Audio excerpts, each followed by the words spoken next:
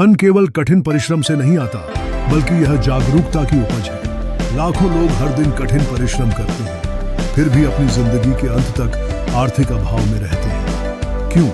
क्योंकि उनकी मेहनत केवल शारीरिक श्रम है, उसमें मानसिक और आध्यात्मिक जागरूकता का अभाव है। मेहनत करने का अर्थ केवल काम करना नहीं है, बल्कि सही दिशा में और सही तरीके से काम करना है।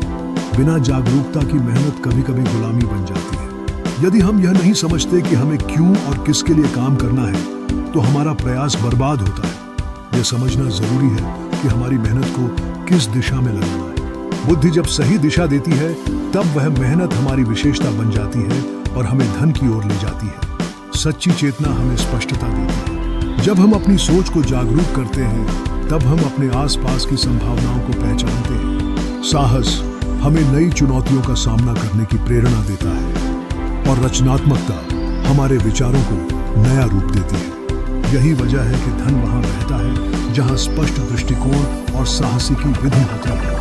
कामगारों, किसानों, व्यापारियों और कर्मचारियों के बीच यह भेद समझना आवश्यक है। यांत्रिक परिश्रम और सचेत कर्म में अंतर है। यांत्रिक श्रम केवल शारीरिक श्रम है, जबकि सचेत कर्म पूरे मन, शरीर और आत्मा का सहयोग है।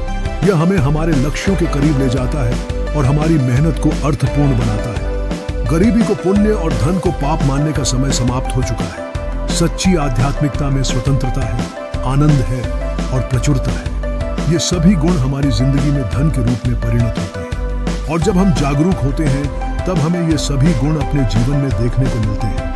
यह बहुत महत्वपूर्ण है कि हम दबाव नहीं, बल्कि बोध पैदा करें। जागरूकता लाना ही वास्तविक शक्ति है।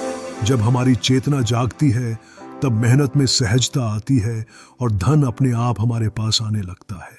यही सच्चा धन है, जो हमारी मेहनत को अर्थ प्रदान करता है।